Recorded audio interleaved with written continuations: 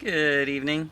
This is Austin and Marita with Kahiniwalla, the distributors of Pebble in the U.S. We just had a few friends over the other evening and we watched a movie together and we wanted to share a bit about it. The name of the movie was The True Cost, and it just explores the whole phenomenon of fast fashion and just the effects that it's having on the world. What were your thoughts on it, Marita? It was really bittersweet hearing a woman from Bangladesh who works in a garment factory share her story. And it wasn't unusual at all, because there are millions of women just like her in Bangladesh who struggle so hard to work to make our clothing. And her story was not unusual, just how she took her child with her to the city initially and ended up having to take her child back to the village because she just could not afford to keep her there, and just how rough it was to be apart from her. Yeah, I mean, it really made me think of Pebble itself and how Samantha, when she first came to Bangladesh, she was appalled at just this type of story where women would leave their kids in the village and just out of desperation maybe see them twice a year and live in the city where conditions weren't exactly the best, and often it was really horrible conditions, and they're at risk for rape or just being discriminated against.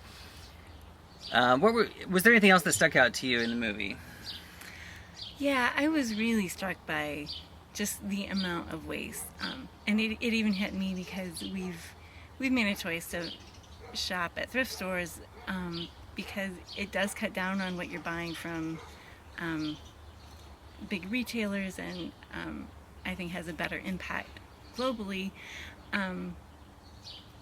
But even then, I feel like there's still so much that we waste, and I think the average American